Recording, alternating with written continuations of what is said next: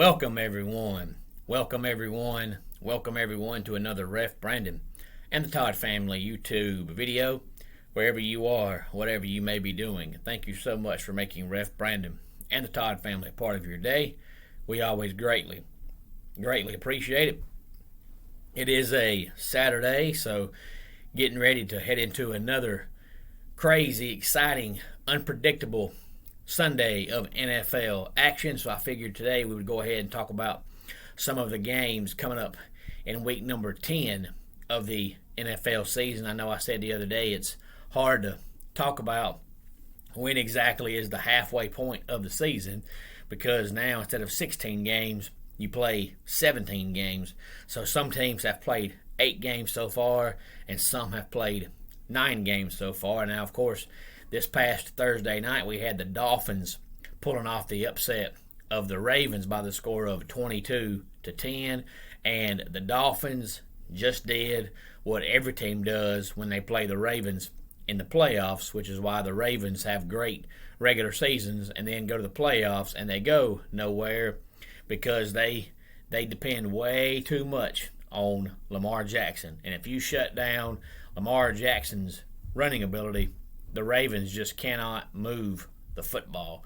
And Thursday night, the Dolphins forced Lamar Jackson to just drop back and be a pocket passer, and he cannot do that. But before that game Thursday night, there had been 136 games played so far this year, with 136 games left, counting every team playing 17 games.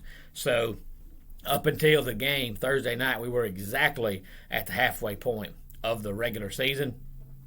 Now going into this Sunday's games, the tightest division right now is the AFC West. You have 2 teams at 5-3 and 2 teams at 5-4. And this Sunday, 2 of them play each other. We have the 5-4 Chiefs going up against the 5-3 Raiders. Now, of course, the Raiders lost their head coach, John Gruden, a few weeks back, but I've never been a big John Gruden fan, so to me, the Raiders are actually better off without John Gruden. They're just losing a lot of money, but I think they're better off without him. We also have the 5-3 Saints going up against the 7-2 Titans. We know the Titans don't have Derrick Henry, but it didn't matter last week when they beat the Rams. Let's see if they can do it again this Sunday without Derrick Henry. And then we have the 5-3 Bills going up against the 2-6 Jets. Now, on the surface, this looks like it won't be much of a game, but you have to remember the Bills last week put up a big whopping 6 points against the Jaguars, and the Jets are about on the same level as the Jaguars. So if the Bills play down to competition, they may get upset by 2 awful teams 2 straight weeks. And we also have the 4-4 Falcons going up against the 6-2 Cowboys. Now, of course, back in the preseason, I said the Falcons would go 9-8 this year, and right now they're 4-4. So right now they are heading right down the road I predicted before the season started. Now, the Cowboys had won 6 games in a row until last week, when they just laid an absolute, complete, total egg against the Broncos.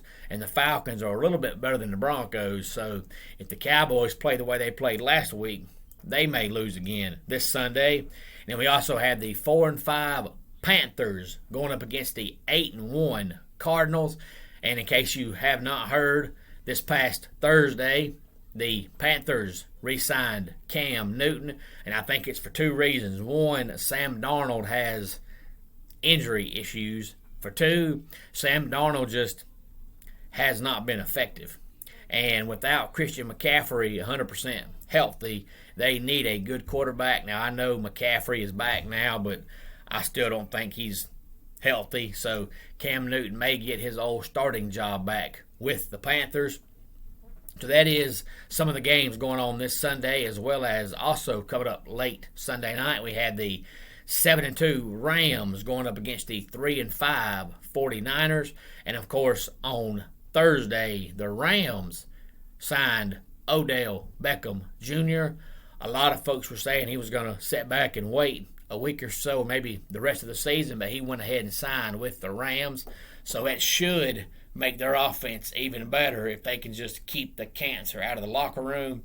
Odell Beckham Jr. is a cancer everywhere he goes. If I was a GM, he wouldn't be on my team. And in some of the college football coaching news, this past, I believe it was Tuesday, Texas Tech hired Joey McGuire to be their next head coach. And on Thursday, the UConn Huskies, who play the Clemson Tigers today, they hired Jim Mora Jr. Now, of course, we know Jim Mora Sr. is the guy that made that video years ago when he was coaching, I believe, the Colts, where he said, playoffs? Playoffs? We're talking about playoffs? Well, of course, his son has coached UCLA in college, and he also coached the Falcons and the Seahawks in the NFL. He is about a 500 coach, but UConn is so bad. If he can go there and go 7-5, they'll be happy. Of course, UConn used to have Randy Edsall as their coach, and he was actually there twice years ago. He put them on the map and made them good after just pretty much sucking their entire program history in college football. Well, then Randy Edsall left, and he went to Maryland trying to get a better head coaching job, and UConn had 4 or 5 coaches while he was gone. Well, none of their coaches worked out, and Randy Edsall in Maryland didn't work out. So Randy Edsall went back to UConn, and I thought since he was so successful last time, he would be successful this time as well, but he was not. And they actually have 2 really bad losses on their schedule this year. They lost to Holy Cross, and they lost to Wyoming, and I believe they also lost to UMass. Now, Holy Cross shouldn't beat anybody when it comes to football, but UMass, according to most people, is one of the worst 5 teams in college football, and UConn put up 13 points against UMass. Now, after I believe it was the UMass game, but after one of those games, Randy Edsall came out the next day and said he was going to retire at the end of the season. Well, then the next day, their AD told him, you can go ahead and retire now. We don't need you. So it was clear that Randy Edsall, this time at UConn, was not working out. So their next head coach will be Jim Mora Jr. Any thoughts on any of the Week 10 NFL games or the college football head coaching changes so far? Please feel free to let me know. Let's go ahead and get our dad joke of the day in here. Just spent $100 on a belt that doesn't fit. Huge waste. And that wraps it up for today's Ref Brandon and the Todd Family YouTube video. Until next time, it's Ref Brandon saying, just like in pro wrestling, life can be over by the count of 3. Tell your friends and family how much you love them. Bye.